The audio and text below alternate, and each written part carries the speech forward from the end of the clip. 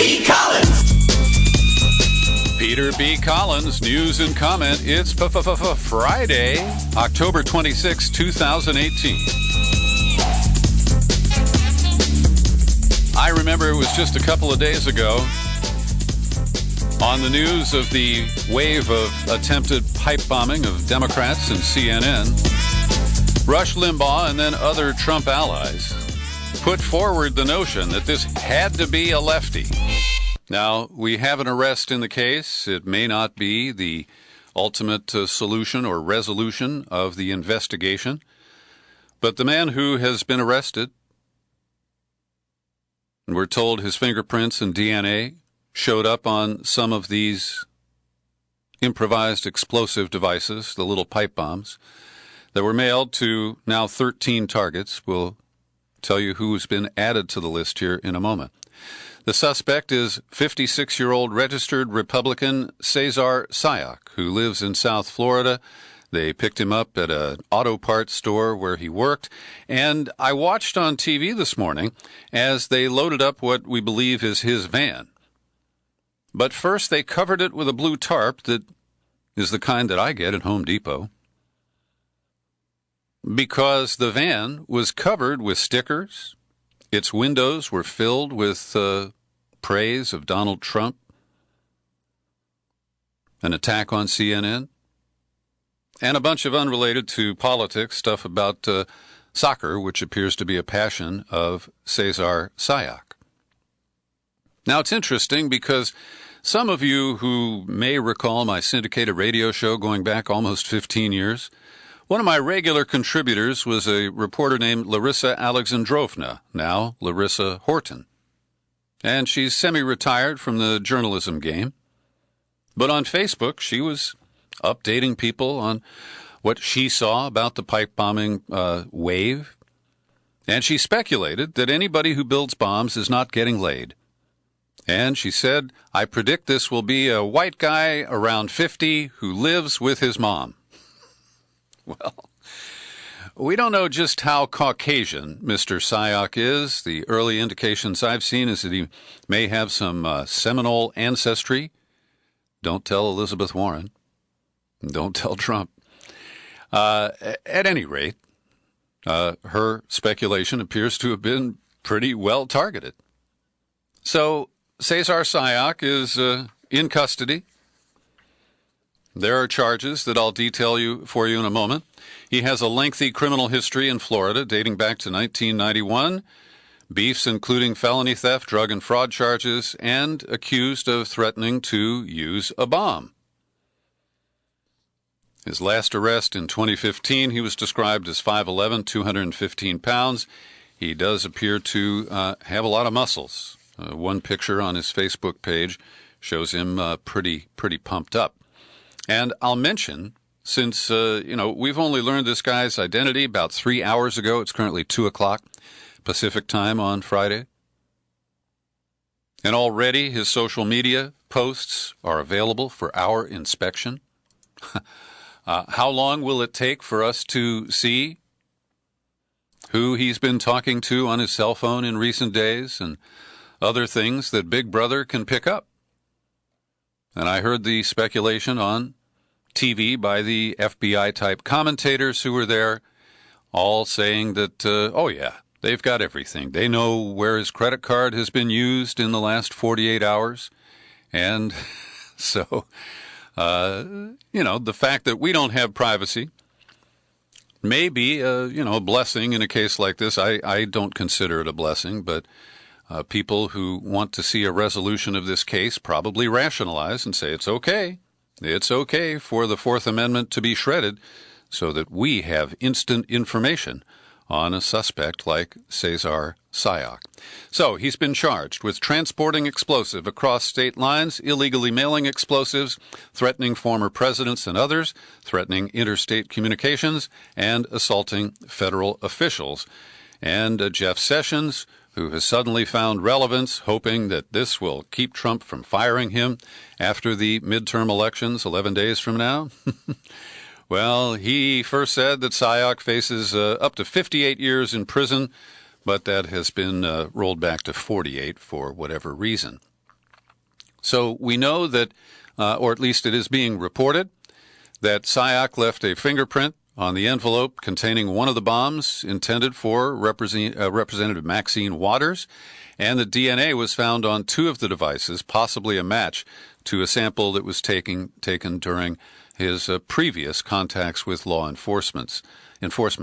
So there are also, this is new information, that in three of the packages, those sent to Obama, former CIA Director Brennan, and Maxine Waters, included a picture of that person with a red X marked over them. Chris Wray, the FBI director, underscored that these are not hoax devices. That's another talking point of the right, trying to diminish the threat that was posed by this attempted mass assassination by mail bomb. And because none of these bombs detonated, they did blow up the one that was delivered to Soros, but that was done by the bomb squad. None of them were detonated as intended by the sender, and that's why the right wing immediately assumed that this had to be some sort of a left-wing stunt to embarrass Trump just before the midterm elections. So as we review the file, we understand that Sayoc declared bankruptcy in 2012, and the court filing said that that's when he was living with his mommy. And his criminal record goes back to when he was 29 years old. We got a comment from Trump, quote, "We will prosecute them, him, her, whoever it may be, to the fullest extent of the law. We must never allow political violence to take root in America, and I'm committed to doing everything in my power as president to stop it and stop it now." And of course, if he even remotely meant that, he would take a Twitter break, at least until after the election. He'd stop holding his mob rallies across the country. He'd stop lying about the threat posed by the caravan of migrants who are still 1,000 miles from our southern border as he hysterically calls up the U.S. Army.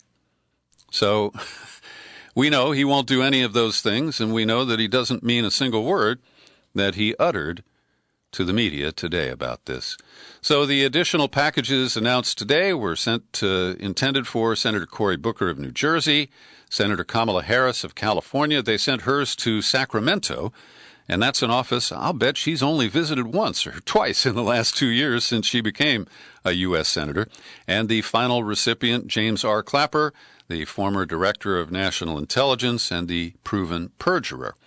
Now, there's also speculation. Tom Steyer, the Democratic billionaire who has been spending as much as $50 million on television ads promoting impeachment of Trump, he announced today that a suspicious package was mailed to him but intercepted here in California, and I don't have any further details on that aspect of it.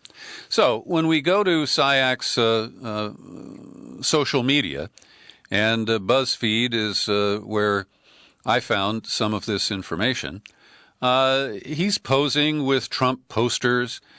He went to the inauguration and was one of the people who tried to fill up the National Mall there. He has made many posts that are critical of African Americans, where he used the N-word, but only one G. Doesn't seem to know how to spell it. I'm looking at a picture of him welcoming President Trump. Looks like he's in an airport hangar somewhere. And, there are other images that are already public of his political views and his devotion to Trump. Also, you see him wearing a Make America Great hat. And on LinkedIn, he defines himself as a promoter, booking agent for live entertainment, owner, and choreographer. So that's about as much as we know about Sayoc at this point. And I'm willing to see where the investigation leads. He may have had accomplices. He may have been a lone operator. It may have been motivated by some sort of a political group. But on the face of it, we know that the claims that came from Limbaugh and Trump, many others, that this was some sort of false flag, that is simply not true. And just hours before, television brought us the news of this arrest of a suspect. Trump tweeted, Republicans are doing so well in early voting and at the polls, and now this, quote, bomb stuff happens, and the momentum greatly slows. News not talking politics. Very unfortunate. What is going on? Republicans, go out and vote. So this is the president who watches way too much television, Fox and Friends in particular, and because they have diverted their attention to what is a breaking news story, and certainly more important than Trump's ravings about the threat of the caravan, his lies about Khashoggi that have embarrassed him recently as he's had to walk them back. So Trump repeatedly reveals himself. And what is amazing is that there's so many Americans who can't see what he reveals. He's a liar, a con man, a guy who will say anything to wriggle out of a situation that's uncomfortable for him. And I want to thank the Washington Post. They published a handy list of the attacks that Trump has made on all the people who've been targeted in this wave of attempted assassination via mail bombs. James Clapper got a tweet from Trump, April of this year. Clapper lied about the dossier leaks to CNN. He is a lying machine who now works for fake news CNN. Now, I happen to agree that James Clapper is a lying machine, but it's not very presidential, and the linkage between Trump's targeting of Clapper and the presumed targeting by SIAC in his wave of mailed pipe bombs, well, we can see a connection. Cory Booker got tweeted at. If he's the future of the Democratic Party, they have no future. I know more about Cory than he knows about himself. Oh, really? He attacked Joe Biden. Crazy Joe Biden, trying to act like a tough guy. Actually, he's weak both mentally and physically, yet he threatens me for the second time with physical assault. He doesn't know me, but he would go down fast and hard, crying all the way. Don't threaten people, Joe. And then there are, of course, his attacks on the low IQ people, Robert De Niro and Maxine Waters. Now, I don't know De Niro, but I have no indication that he suffers from any mental limitations. I do know Maxine Waters, and I can tell you that she does not have a low IQ. The list goes on, but you get the idea. So in order to distract us from his problem here, where one of his unhinged fans, not a lefty, angered mob, upset over the Kavanaugh hearing, the way he's been trying to spin it since the Kavanaugh hearing, well, to distract us from that, they have revealed that on Tuesday, Trump is planning to issue an executive order dramatically shutting the southern border to any migrants from named countries, including Honduras, El Salvador, and I'm not sure which others he will single out. But he's trying to parallel the executive orders that have been upheld by the stinky Supreme Court, and he wants to block Central American migrants from crossing the southern border. At the same time, they want to put in place new rules, that would disqualify migrants who cross the border for applying for asylum. And taken together, these actions would effectively prevent hundreds of people in the caravan from gaining entry into the U.S. and making an asylum claim. So Trump has made no distinction between people who are violating immigration laws and those who are fleeing violence and persecution. And he believes that he can just order them to do what he wants. To those in the caravan, he put on Twitter, turn around. We are not letting people into the United States illegally. Go back to your country, and if you want, apply for citizenship like millions of others are doing. It shows just how ignorant and irrational this man is. And consider this. He put up all of the same drama last spring, and we got National Guard troops to go to the border and wash cars and stand around. And the caravan that came forward at the time, we told, had 1,500 to 2,000 people. By the time they got to the U.S.-Mexico border, there were 401 of them.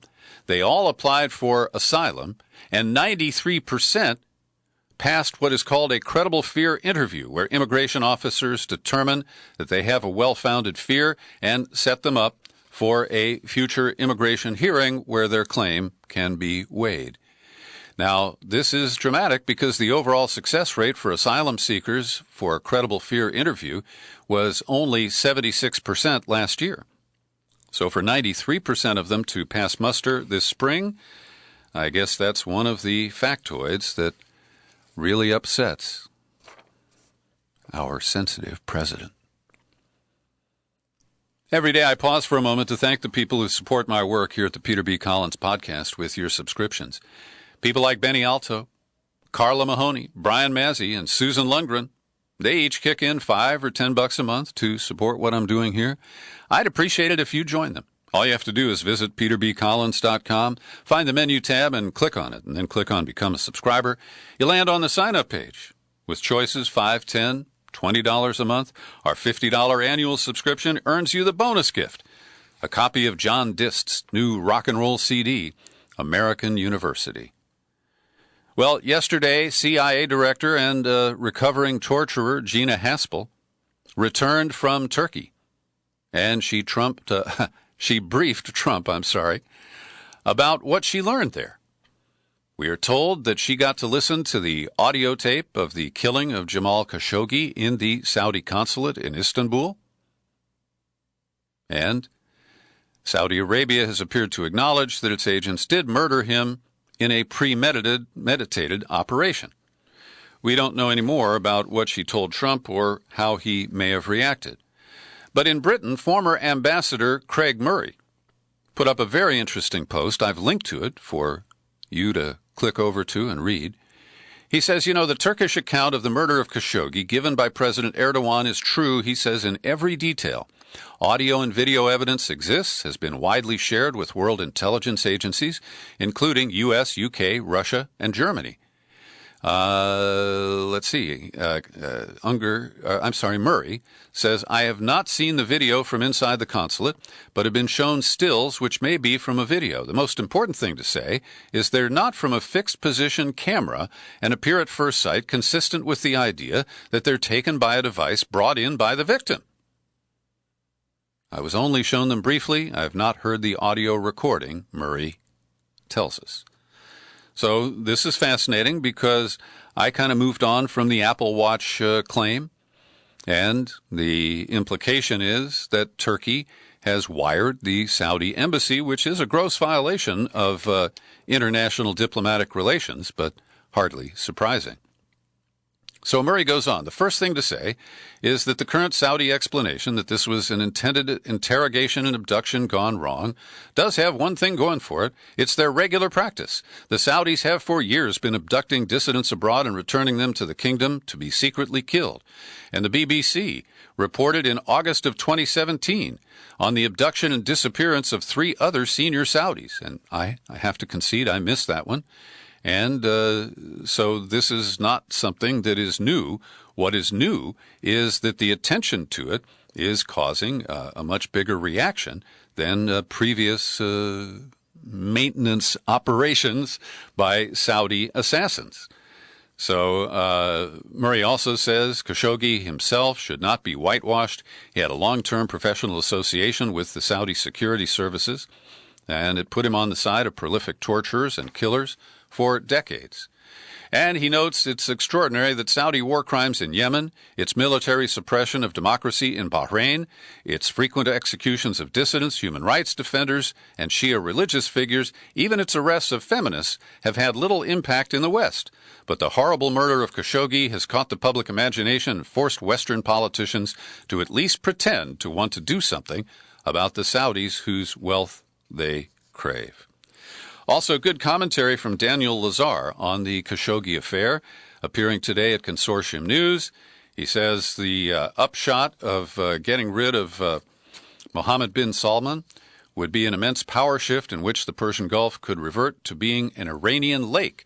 He says that's probably why the United States and Israel will do everything in its power to prevent the House of Saud from falling.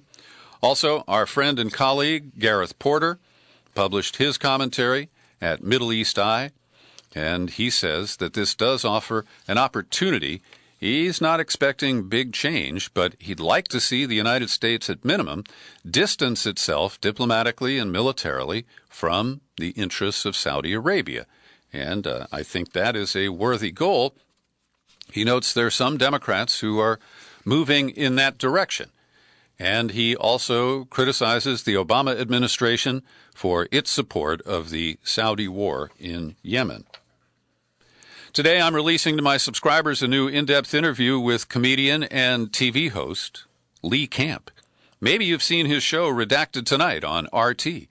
He's doing a stand-up comedy tour appearing in San Francisco tonight, and we had a great conversation. I asked him how much help he gets from the Russians at RT in writing the scripts for his show Redacted Tonight. And here's what he confessed. So this is how I write my show every week. A group of heavily bearded Russian hackers write the first draft. They print it out. They then send that to me to look over. I then pass that on to Vladimir Putin, who balls it up and actually ingests it. And what he shits out is then fed into a teleprompter, and that's what I read to the people each week. So that's pretty much it. No, I have never been told what to say. I've never been told what not to say on RT America. It's this incredible amount of freedom to do what I've been doing for 20 years as a stand-up comic, what I've been doing with my YouTube show, Moment of Clarity, before I was at RT. And, you know, people can go back and watch and see that I'm talking about all the same stuff that I've always been talking about. I invite you to listen to the full interview with Lee Camp. It's available for subscribers today at peterbcollins.com, at iTunes, TuneIn, Spreaker, and Stitcher. And he does what he does. He's a comedian who's very funny, but he's very serious about the topics that he covers in his comedy. And we talk about RT, we talk about Russiagate, and how it feels for him to be at the center of that, to be called, a Kremlin enabler, a toady of Putin. And today at BuzzFeed, they're promoting the Russiagate narrative with another kind of empty piece. Actually, it's full of data about tweets and retweets of posts from online trolls believed to be at the Internet Research Agency in St. Petersburg, Russia. But what it devolves to is really a bunch of data and some examples of some of the posts. And I encourage you to click on the link and look at them yourselves, because the posts are not controversial. They are not things that would lead you to say, oh, I've got to vote for Trump or I can't vote for Hillary. They're really pretty blah. And even the subheadline of the article concedes, we still don't know whether the Kremlin's meddling changed anyone's real-world behavior, but we'll keep flogging it, because there are a lot of people who've bought it. In the meeting that John Bolton had with Vladimir Putin earlier this week in Moscow, he extended an invitation for Putin to visit Washington next year. We don't have an acceptance back from the Kremlin at this point. And the next brush of Putin and Trump is supposed to be a brief meeting in Paris next month at the 100th anniversary for Armistice Day, which was the end of World War I. Greg Palast is continuing the fight. I've linked to his latest report at Truth Out today, establishing that he has proved that the Secretary of State of Georgia, who is the Republican candidate for governor, has been actively trying to suppress voter participation by people likely to vote for his opponent, Stacey Abrams. And he's been working on it for years. What Palast details is that Kemp purged 340,000 voters, among many others. Those 340,000 did not deserve to be purged because he bumped them off the rolls in the false belief that they had moved either out of Georgia altogether or somewhere within the state. And he used a voter caging system. You know, you mail a postcard and the people who don't write back and say, yes, I'm still at my address, they get bumped off the rolls. So there were a total of 530,000 who were listed as moved from inactive to canceled. And in a detailed study, by looking up other data points on the same individuals, a team of people working with Greg Palast established that 340,134, whose names are not on the list today, still live in the state of Georgia. And many of them will show up at the polls a week from Tuesday, expecting to be able to vote. It's really disgusting. Over in Minnesota, Keith Ellison is polling very badly. He was up by 5 points over a Neanderthal Republican opponent who is described, his name is Wardlow. And Doug Wardlow is a little-known former state representative, and he is one of the most extreme Republicans running for an attorney general job at the state level in the United States this year. And he has worked with the Alliance Defending Freedom. That's the group that helped the cake baker in Colorado who claimed that making one for a gay couple would just ruin his religious liberty. So this guy is a far-right movement conservative, and Keith Ellison facing allegations from a former girlfriend that he abused her, and she described it as emotional abuse, so it falls into a difficult gray area, I must say. But the polling shows that Ellison was up by 5 points 2 weeks ago, and he is currently down by about 8 points. And I ran out of time before I could report this developing story yesterday, and fortunately it has fully developed. Megyn Kelly will be leaving NBC. Now, I don't have a lot of respect for Megyn Kelly, and I think NBC made a big blunder. They hired her for, the fourth hour of the Today Show. They gave her the 60 minutes time period on Sunday night, quietly took that away from her a few months ago because the ratings sucked. And really, the best thing I can say about Megyn Kelly is that during the 2016 primaries, when she interviewed Donald Trump, and when he attacked her, apparently accusing her of having her period, it was really bizarre, she maintained her composure. And she asked him some very tough questions, additionally surprisingly, because she was working at Fox News at the time. So after this incident this week, where she was talking about Halloween with a bunch of white women and saying, what's the big deal about dressing in blackface? Well, that was simply the tipping point, as Malcolm Gladwell would put it. She built up a lot of negative vibes with people at NBC over the, year and a half that she's been there. And on Wednesday night, it was a matter of when, not if, Megyn Kelly was taken off the air. And today, NBC confirmed that they are in exit discussions with Megyn Kelly and her representatives. Thanks for listening to my daily news and comment podcast today. You're free to share it far and wide. You'll find it on YouTube. And I remain Peter B. Collins. Happy trails to you until we meet again. Happy trails to you. Keep smiling.